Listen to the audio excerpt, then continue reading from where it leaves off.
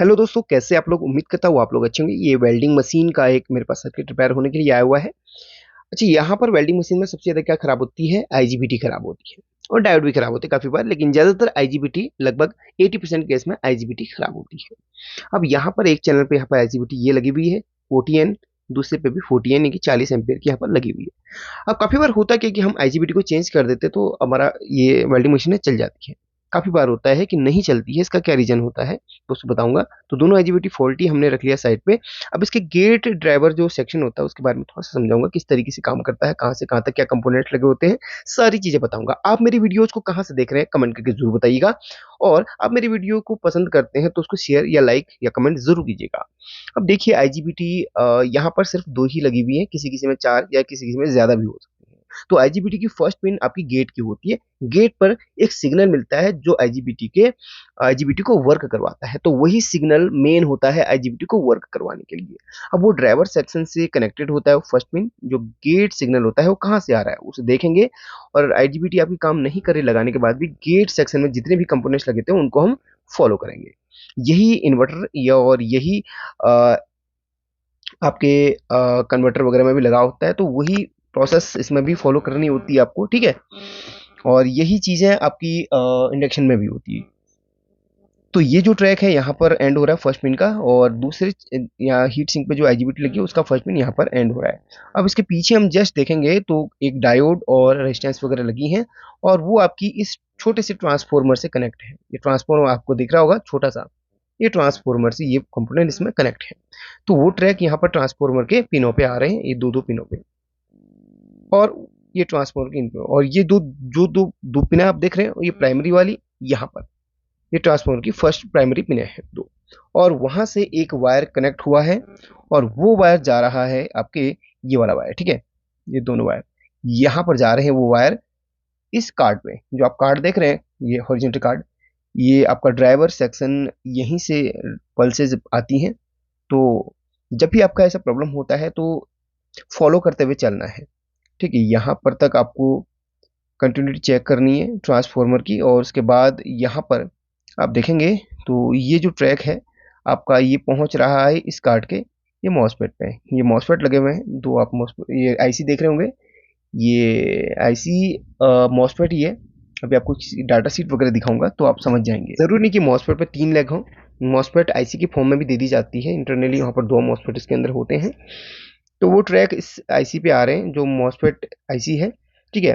और वहीं पर वो जो ट्रैक्स अगर आप उनको फॉलो करें तो वो ट्रैक्स आपके यहाँ से दोनों ट्रैक्स होते हुए, पहले आपको मॉसफेट दिखा देता हूँ। आईसी 4688 वहाँ पर लगा हुआ है, इसकी चारों पिन ड्रेन की है, और ये पिन आपकी S1 S2 आपकी सोर्स की है, G2 G1 आपकी गेट की है। तो ये जो मॉसफेट आईसी है इसमें 2 गेट, 2 सोर्स और 4 ड्रेन इसमें दिए गए हैं। ये डबल इसमें मॉसफेट इसमें दिए गए हैं। अब यहाँ पर आप देखेंगे तो इसमें अगर ट्रैक को फॉलो करें तो ये जो ट्रैक्स हैं वो यहाँ से निकल कर ये पहुंच रहे हैं इस बड़ी आईसी में, इस बड़ी आईसी में। ये 3525 पल्स PWM आईसी है, ठीक है। अगर आप उन ट्रैक को इस तरीके से फॉलो करें तो ये इस आईसी पे आके रुक रहे हैं।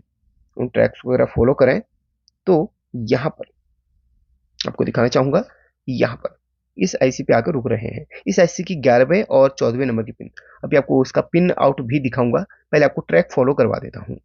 तो ये जो आईसी है ये मेन पल्स को जनरेट कर रही है और मॉसफेट को दे रही है, और मॉसफेट से वो ट्रांसफॉर्मर होते हुए आईजीबीटी की फर्स्ट पिन पर पहुंच रहा है।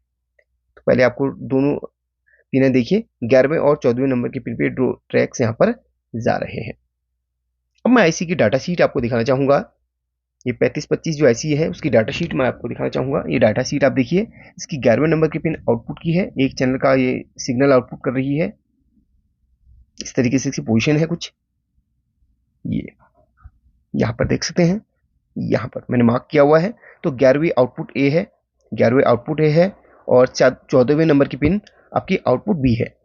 तो दो यहाँ पर पल्सेज आउटपुट होती हैं दो चैनल के लिए, और वो पल्सेज आपकी पहुंचती है इन कंपोनेंट से होते हुए यहाँ पर मॉसफेट आईसी तक, और मॉसफेट आईसी से वो ट्रैक जा रहा है आईजीबीटी के पास में लगे ट्रांसफॉर्मर तक। पहले आप इसको देखिए, ध्यान से देखिए, समझिए, ठीक है। ये चीज़ें आपको जब भी आपके आईजीबीटी काम नहीं करती लगाने के बाद भी आईजीबीटी से जो ट्रैक निकल रहे हैं जहां तक पहुंच रहे हैं मेन ड्राइवर आईसी तक पहुंचना है आपने।